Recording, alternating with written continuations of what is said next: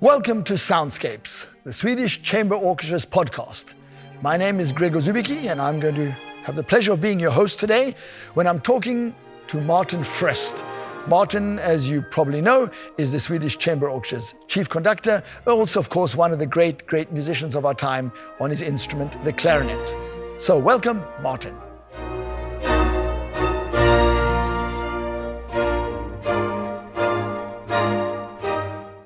Welcome to Soundscapes. And finally, I have with me Martin. Martin, welcome. Thank you. Pleasure to be here. And this is something that you and I spoke about last summer, the need to do something like this. It's your pod. It's my pod, it's our pod. Well, I mean, I'm here all the time, so I guess that's maybe where it comes from. But so when we started talking about doing this kind of a show, podcast, video, whatever, it really grew out of a story that you were telling me about your meeting with Paul Zacher. Now, who was that Paul was Zacher? The start. That's what I think. That's where we sort of in the I conversation. mean, you have these whatever key moments in your life. Of course, this is related to your theme, which you call game changing, because in the history it has always been people that were relevant for how in this case the classical music, the way that it took, and This must have been around 97, so I was 26 years old. And I just won the Geneva competition. And from that competition, it came different prizes. And one of the prizes that I got was concerts, of course. And I chose to go to Swedish to play a memorial concert for Gesa Anda, in the memory of Gesa Anda. Gesa Anda is a piano legend, died in the 70s of cancer. And his widow has this castle in Swedish on the mountain, the Soligestrasse on the hill, and I came there, and I was so young first of all, but I was so unaware of everything around this world around, because she was then. I wasn't. First of all, I wasn't allowed to get out of the taxi because the taxi driver didn't think that I was allowed to go into this house because I have a t-shirt and jeans, and he didn't think that I was supposed to meet one of the 5 richest persons in the world. I didn't know that she was that. But then in the end, I was very lucky because the cook looked out on the window and recognized me and said, "Oh, it's okay, come in." So I went in and I saw flowers, and then I saw paintings on the wall that I recognized, and I saw them on postcard at home and so on. And I recognized the Monet, Manet, Picasso, Gauguin, everything, but here they were in original. So I was still like, where am I? What is this? And then I didn't meet Gesa Anda's widow at that time, so they brought me into the studio of Gesa Anda, his practice room, which she has left totally the last 25 years. So it was exactly as it was when he was practicing. So I went up to his piano, and there was a telephone book with the telephone number from Clara Askill, Furtwängler, Maria Callas, and all these. But they were dead, of course. But it was such a weird thing to look at, because I thought, I could call these people if I want to. They won't answer. But you got their number. Yeah. So and then I was staying there and practicing because I was supposed to have a concert then in the evening. So we were practicing, and then in the evening we had the concert, which went quite fine. Then it was a dinner, and then I came in this situation that I was not used to be in at all. It was only these diamond women and men and famous people and so on. And where I sat, I had the Gesa Anda's widow, Hortense Anda, to the table, and also I had Paul Zacher. And Paul Zacher, for those who don't know, he's one of these people who he was one of the really most rich. I think he was supposed to be the second richest person in the world in this time. And he donated a lot of money to culture and also commissioned a lot of pieces. And he was then 93. I think it was just 1.5 years before he died. But very vital. And he was telling me all this story, how he helped Rostropovich and bought his cello and escaped from Russia. And Stravinsky, he knew, of course, and ordered a lot of pieces, and Strauss, Metamorphosis, and told all these stories, and I was sort of, what is this? This is just music history right up in my face. And I realized that where I was with all this painting. So it was stepping back in the history, but in the same time it was a wake-up call for me, because I also saw that this was a little bit like, you know, what can we compare with in Sweden, you know, Ingvar Kamprad or some, you know, these kind of people who suddenly decide, I want to do something for the culture. I want to spend all my money or most of my money to help people, and at that time quite unknown people. You know, of course he went for some famous name, but most of them were quite unknown. So he took a chance on this and this and this and helped them. And this is what we see now, the music history by Stravinsky and all these people.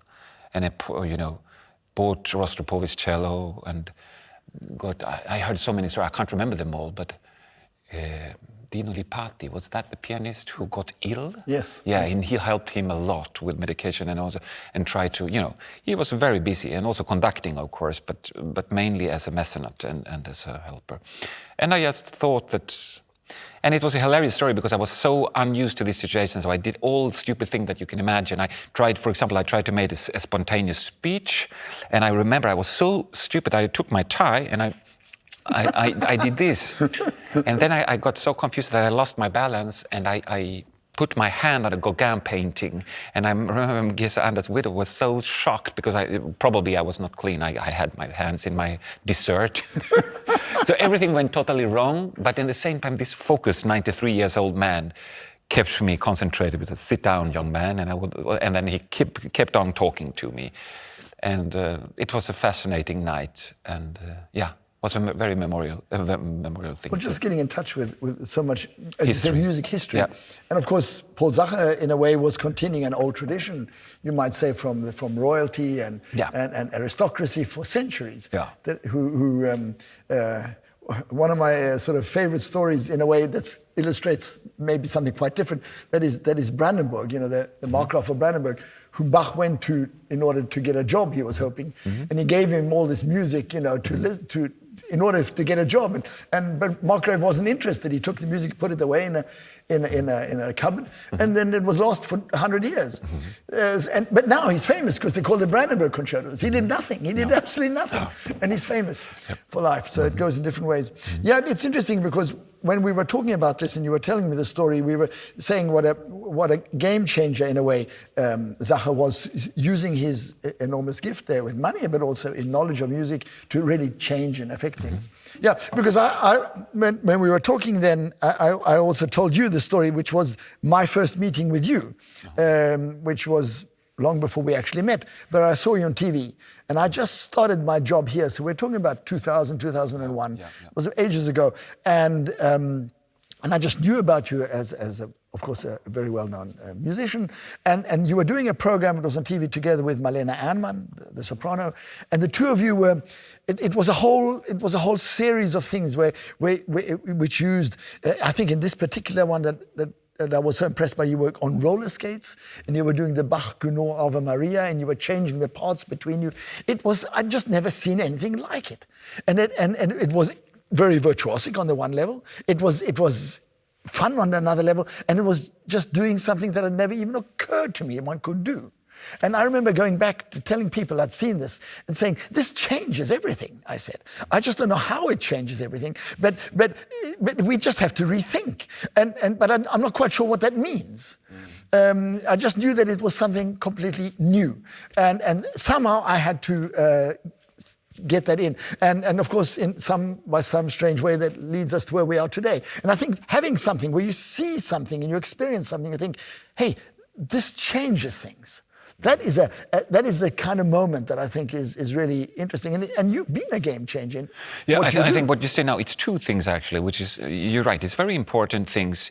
I think, first of all, and that we all do all the time, but I think, I was in the States recently and I met a lot of clarinet players.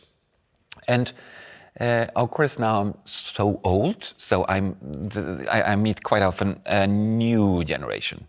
Even the people who are in great orchestras are younger, much younger than me.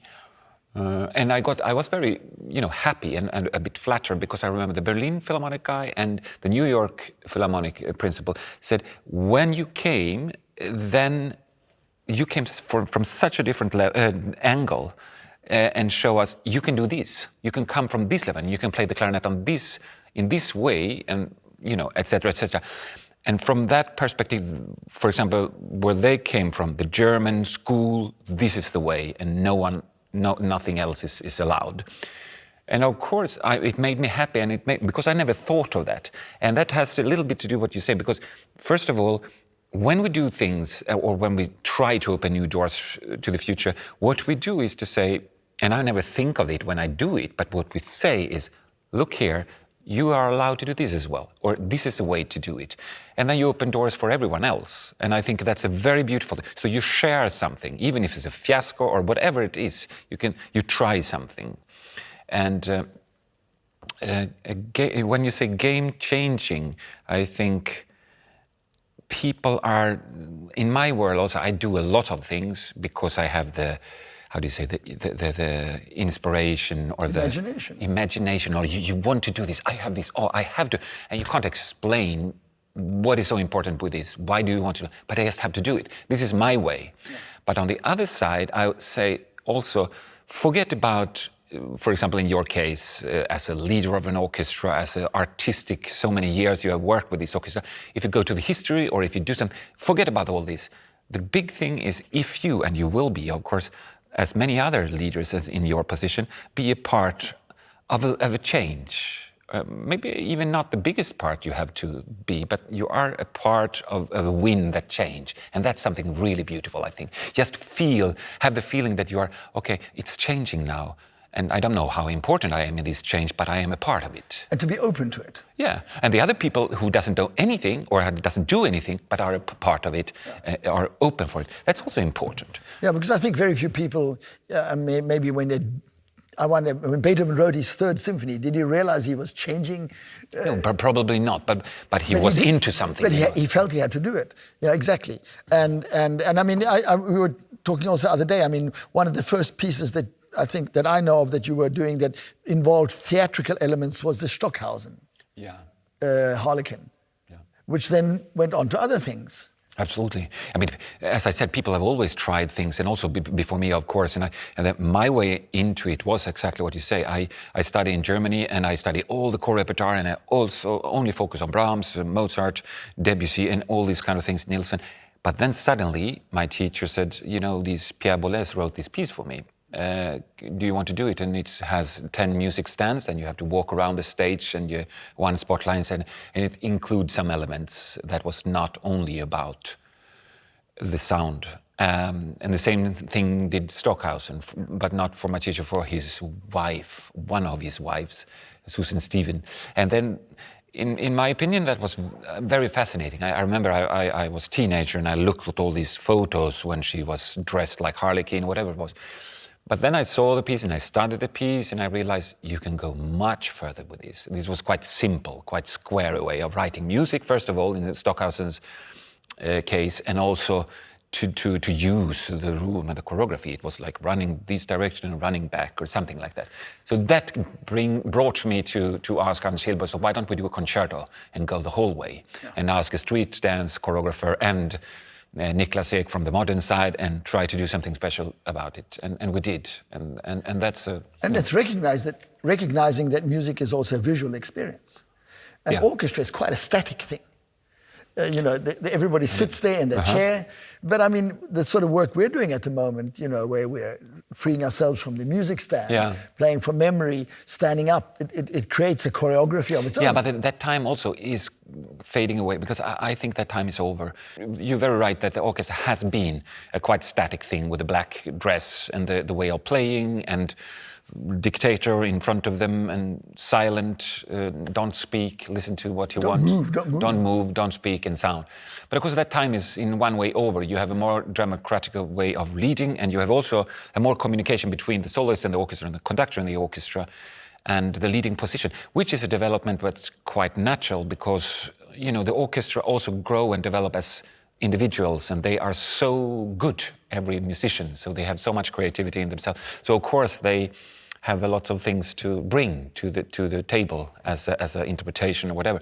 So I know I shouldn't do too much of it, but a little bit of semi-democracy is I prefer, but I understand if everyone speak, it will be a disaster. But it needs to find that balance. Yeah, I am finding the balance slowly. But what I said it today to the orchestra, that, I mean, when we do things, a collaboration, it's all it is. I mean, to be frank. I mean, you can say do this and do that, but if it doesn't work or the orchestra doesn't want it, it doesn't work. So I think we are creating, as I said, the orchestra has been static. Now we are moving and we try to change it even more because now we are sort of standing up. All the recording that we did during the pandemic was around to be freer. We took away the music stand. We have a film crew. I think during the movie session, we became freer and freer. So I saw them, and the funny thing was they sounded better. They got happier while playing in that sense, more communicative between them, not with me, but between them than they were.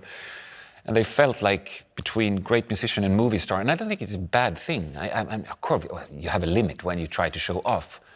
Yeah, but also with this soloist that we have. If you look at her, you don't play worse because she has this face that just shines and the eyes just saying things. And then comes this beautiful sound. And I can see that some of the orchestra members respond and look more to her sometimes when she's singing towards the orchestra than they look to me, which is what I'm very happy about. Yeah, but it becomes a more communicative. It's not this one-way communication, but it's an intercommunication. And just on the same topic, because I think you are onto something now. Tell me if I talk too much, but just a bit of a reflection over that. When we have projects together, of course. When we're now going into this Xodus project, I have the feeling, what do we want to say with this Xodus? I mean, the theme is more relevant than ever because of the crazy situation in the world and so on. But it also says something about the different, the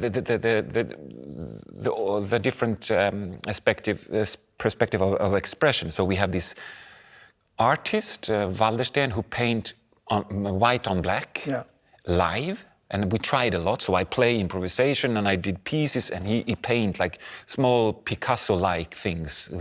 You don't see what it is, and then suddenly it becomes something with change and everything. Just for our audience, I just want to put this into... This is a production that we're going to be doing in about a month's time, which has the title Xodus. Exodus. And we're doing it together with the radio choir, and as you say, this artist, Jesper Waldersten, and you, the two of you have developed a sort of, well, it's new, one has to see it. Mm-hmm. And you can see it if you come to Örebro. Walderstein, you said it sounded like a completely different person, but he's Waldersten. But Walderstein sounds more like a German... Jewish, but it's a philosopher. I think he should change his name. Walderstein. Okay, anyway, so that's gemeinsam, this is a holistic performance. But my way of thinking it now is like, we have this painter, we have the poet who wrote words for me, we have the orchestra who was really involved in all the things they are even words, the orchestra. We have different close-ups and wide shots from the orchestra. We have winds playing alone, we have some soloist here, and me in the centrum. And then I thought, if you sit there as an audience, we can speak a long time about, the people watch more than listen or whatever. But for me, that becomes more and more uninteresting, because if you sit there, see someone painting, and then listen to the music, and you hear some words, and suddenly you hear a soloist coming out from these, and then you have the feeling it's like the different art forms just, touching each other, or you are not really sure what goes to your heart first. I think that's a fantastic feeling. That's quite a new feeling for me, anyway. So you are not sure what it was that kicks you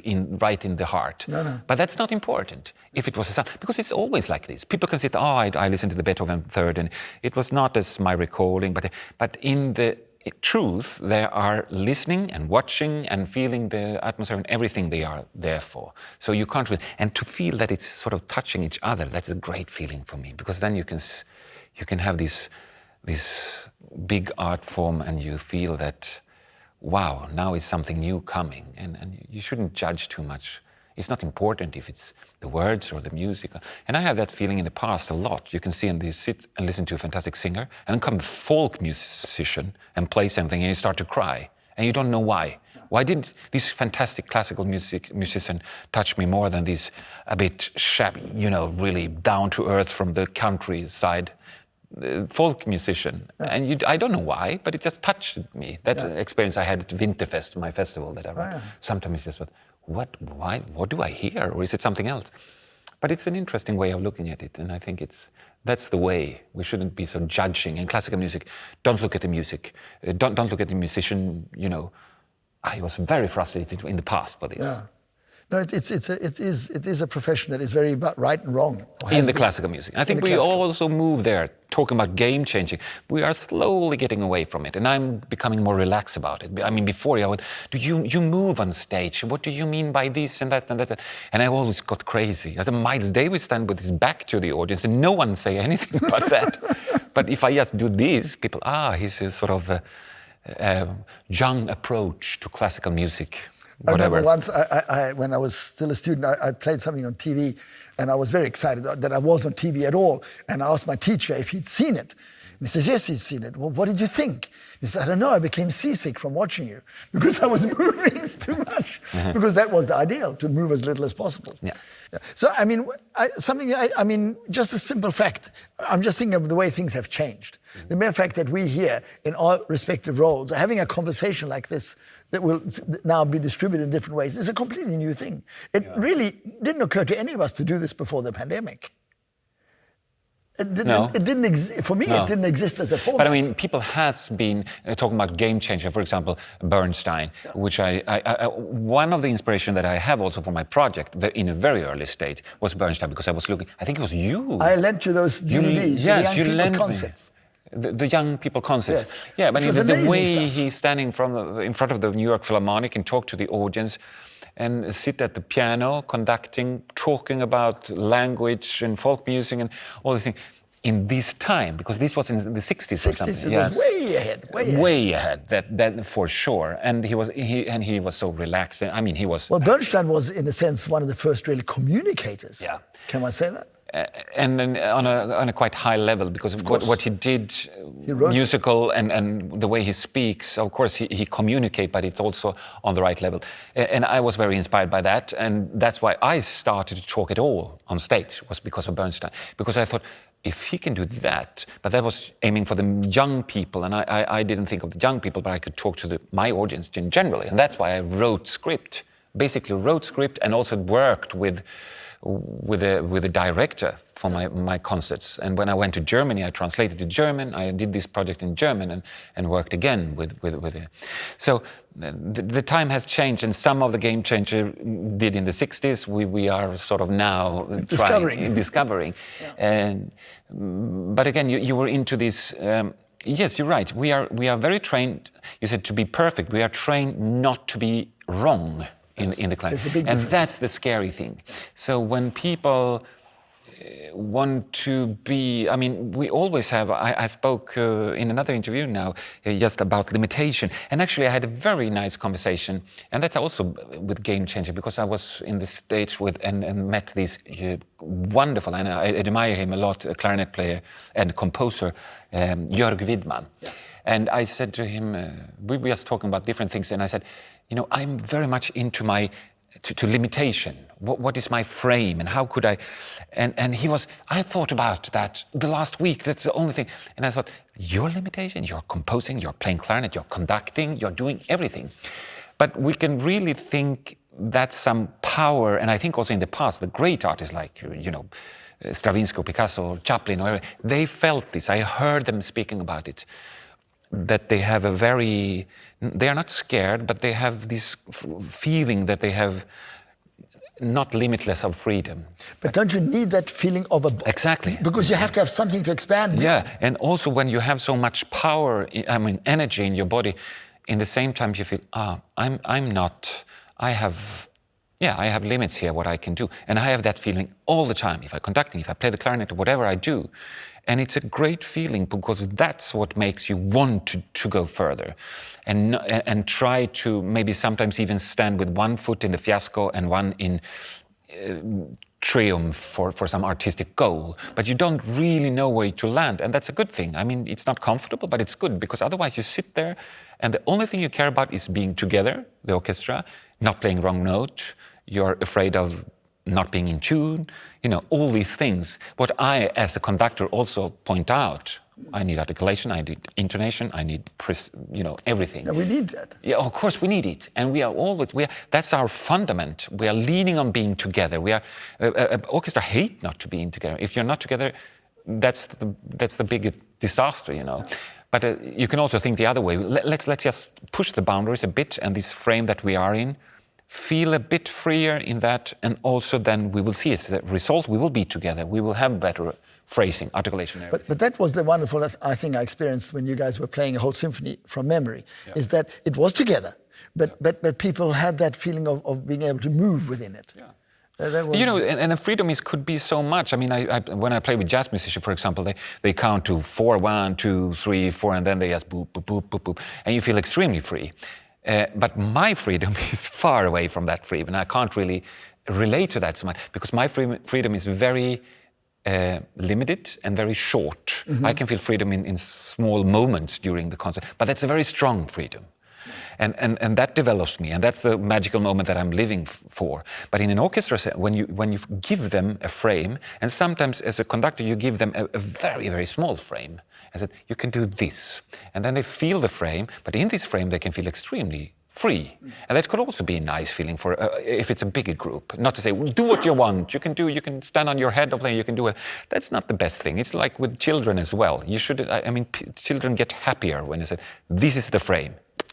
You have to work with this. Instead of, what do you want? You can do this, you can get this, and you can get whatever you want. Well, as with the little kid that gets a present, but he's playing with the box, because the box allows him to have much more imagination. Mm. I think now we are into the subject that also will bring us to other subjects regarding game changing, because this creative process is that road we should go, even with an orchestra. I think involving the orchestra in the creative process, especially after the pandemic and when we see where the politician goes and everything, it's very important to stay creative. Then we make that the theme of our next program. Good. Thank you, Martin. Thank you. And thank you. Yeah. So thank you for watching Soundscapes and listening to Soundscapes and joining me in our conversation with Martin Fröst. We look forward to seeing you soon again. Welcome.